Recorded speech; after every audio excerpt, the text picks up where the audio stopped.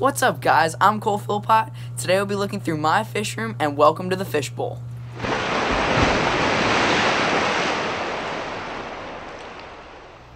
So we are starting with my 20-gallon assorted guppy tank. In here we have around 50 guppies, ranging from orange guppies to orange and black guppies. I really like these ones, and I'm hoping to breed out that line a little further. This tank is filtered by 2 sponge filters. This one I bought, and this one I made. It is run by a single 100-gallon air pump. In here, we have a couple bunches of jungle val, some dwarf sage, some dwarf hairgrass, an Amazon sword, and some water sprite. As for substrate, I am using a mix of black aquarium sand mixed with some all-purpose white sand from Home Depot. I have also added some root tabs under the jungle val and a bunch under the Amazon sword. Also on this tank, I made a DIY CO2 system, which is currently off, but I am hoping to make a video about this in the near future. As for lighting, I am using 2 15-watt LED floodlights. I feel like these are doing a pretty good job, saying this tank has only been set up for 2 months, and the plants are growing pretty fast.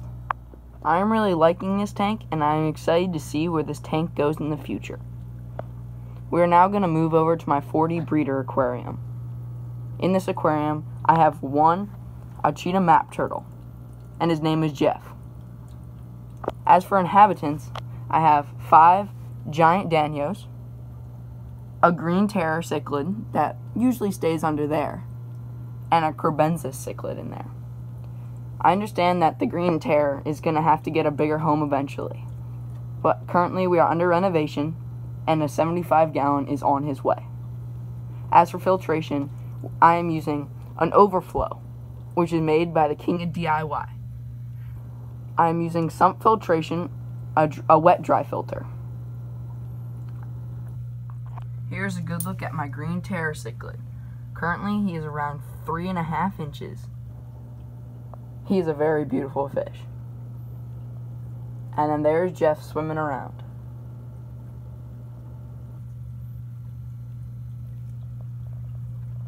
To make Jeff happy, I am using the Zoom Ed Aquatic Turtle UVB and Heat Lighting Kit. He loves his rock, and he is up there most of the day.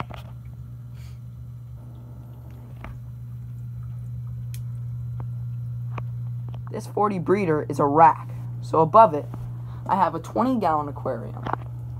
In here, I have a gold severum cichlid, a blue gourami, around 10 rosy red minnows, 6 zebra danios, and a single rosy barb.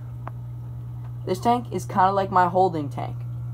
As for the gold severum, originally was in the 40, but he was getting picked on, so I moved him up here. Again, this is just temporary, and he will be getting his own new fish tank after the renovation. The reason why I only have 1 rosy barb is because I was given this along with the 6 zebra danios by a friend. This tank is also filtered by a sump. It has an overflow, which is connected to the same sump as the 40 breeder. I understand the risks that if one fish gets sick, then the entire system could get sick as well. This is why I always quarantine all my fish, just to make sure that they're always healthy before coming into the tanks. I also really like this tank, and the gold severum is definitely one of my favorite fish. Let's move over here. This is my 29-gallon goldfish aquarium. In here, I have 1 calico Ryukin goldfish and 3 Variatus platies. I just did a water change in this tank, so they are a little skittish right now. I also have a bunch of pothos up here to provide cover if the platies ever want to breed. This tank is filtered with 2 hang-on backs.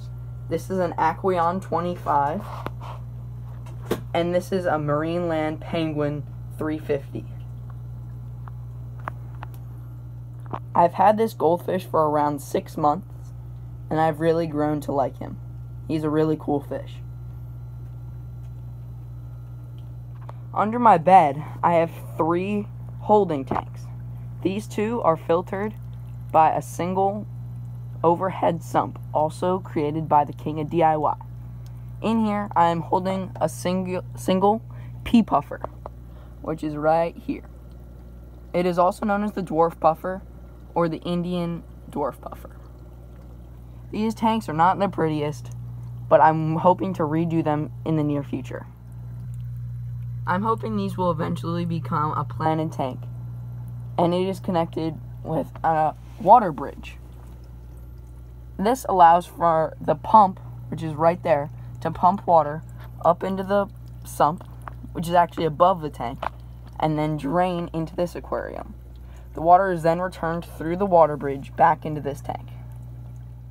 Over here, I have a 5 gallon, which is currently holding 3 Endler males.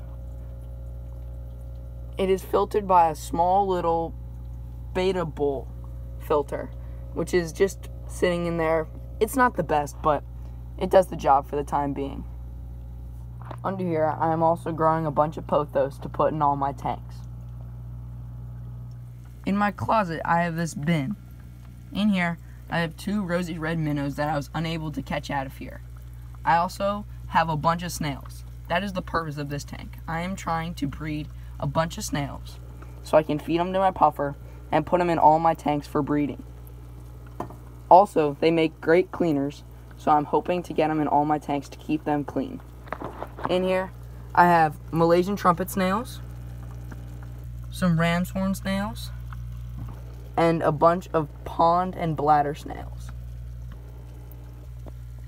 It's just a mess, but it does the job. It cranks out a bunch of snails. I'm pretty sure this tank doesn't need filtration, but anyway, I have 2 homemade sponge filters that are run by 2 small air pumps that I've already had laying around. Jeff and I would like to thank you for watching this video. This has been my fish room tour, and you have been watching the Fish Bowl. If you liked this video, please consider hitting that like button. And if you really loved it, I would like you to think about hitting that subscribe button. Thank you, and I hope you have an amazing day.